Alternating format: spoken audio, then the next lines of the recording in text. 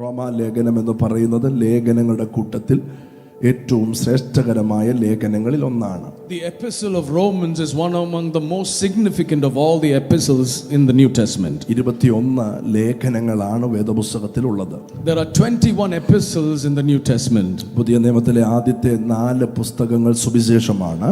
The first 4 books of the New Testament are the Gospels. ജനനത്തെക്കുറിച്ച്, ജീവിതത്തെക്കുറിച്ച്, മരണത്തെക്കുറിച്ച് വളരെ ആധികാരികമായി എഴുതിയിരിക്കുന്നു.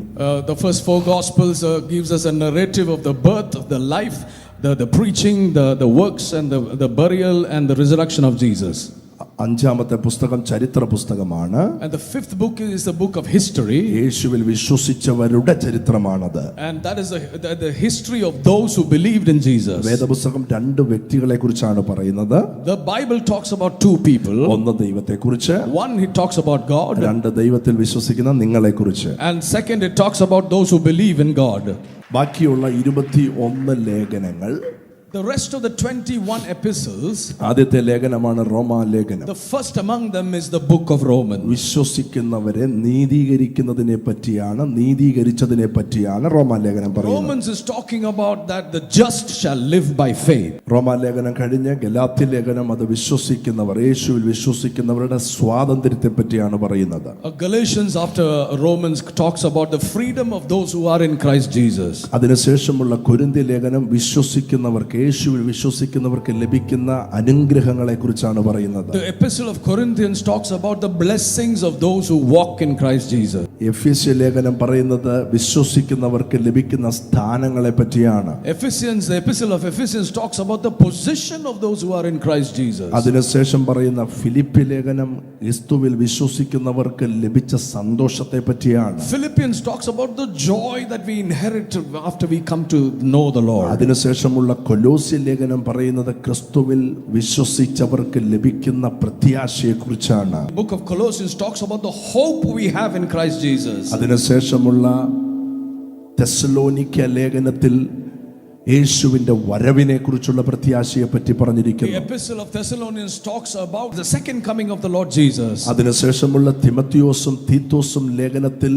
ക്രിസ്തുവിൽ വിശ്വസിക്കുന്നവരുടെ ഉത്തരവാദിത്തങ്ങളെ പറ്റി പറയുന്നു. The epistles of Timothy and Titus teach us about the responsibility of the believers in Christ Jesus. അതിനുശേഷമുള്ള ഫിലോമോന്റെ ലേഖനത്തിൽ ക്രിസ്തുവിൽ വിശ്വസിക്കുന്നവരുടെ പ്രതിഫലത്തെ കുറിച്ച് പറയുന്നു. Philemon talks about the benefits of those who walk in a life obedient to Christ. എബ്രായ ലേഖനത്തിൽ വിശ്വസിക്കുന്നവർക്ക് വേണ്ടി സ്വർഗ്ഗത്തിൽ 24 മണിക്കൂറും 365 ദിവസവും നമുക്ക് വേണ്ടി പക്ഷവാദം ചെയ്യുന്ന ഒരു ഹൈ പ്രീസ്റ്റിനെ പറ്റി പറയുന്നു. Hebrews talks about a high priest who intercedes for us 24/7 before the throne of God. പത്രോസിന്റെ ലേഖനത്തിൽ ക്രിസ്തുവിൽ വിശ്വസിക്കുന്നവർക്ക് സ്വർഗ്ഗത്തിൽ സൂക്ഷിച്ചിരിക്കുന്ന ക്ഷയം, മാലിന്യം, വാട്ടം എന്നിവയില്ലാത്ത അവകാശത്തെ പറ്റി പറയുന്നു. The epistle of Peter talks about an inheritance incorruptible we have in Christ Jesus.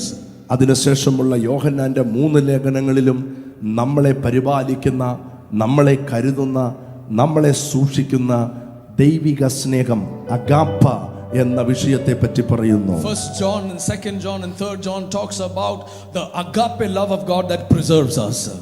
യൂദായുടെ ലേഖനം ഒറ്റ അധ്യായമേ ഉള്ളെങ്കിലും നമ്മളെ അന്ത്യം വരെ വിശ്വസ്തയോടെ നടത്തി വീഴാതെ നിങ്ങളെ അവിടെ എത്തിക്കുന്ന കർത്താവിനെ പറ്റി പറയുന്നു. The book of Jude talks about the God who can sustain us until the end without flaw and without blemish. ഇന്ന് പകൽ ഇതിനകത്ത് വന്ന സകലരോടും പറയാം, 1000 കാര്യങ്ങൾ നിന്നെ വീഴ്ത്താൻ നോക്കിയാലും നീ വീഴത്തില്ല. കാരണം ഒരുവൻ നിന്റെ കാര്യം ഏറ്റെടുത്തിരിക്കുകയാണ്, നിന്നെ വീഴാതെ അവിടെ എത്തിക്കുമെന്ന്. Because there is one who has taken responsibility for you, you will not stumble in your walk with God. ഒടുവിലുള്ള പുസ്തകമാണ് വെളിപ്പാട് പുസ്തകം. The last book of the New Testament is the book of Revelation. വിശ്വസിക്കുന്നവർക്ക് ഭാവിയിൽ എന്ത് സംഭവിക്കുമെന്ന് വളരെ വ്യക്തമായി പറഞ്ഞിരിക്കുന്നു. The book of Revelations clearly describes what we are going to inherit after this life. ചുരുക്കി പറഞ്ഞാൽ, in conclusion, ഇതിനകത്തിരിക്കുന്ന ഒരാളുടെ ഭാവിയെ പറ്റി ഒരാകുലതയും വേണ്ട. നിനക്ക് വേണ്ടി അവൻ സകലതും നന്നായി ചെയ്യുന്നവനാണ്.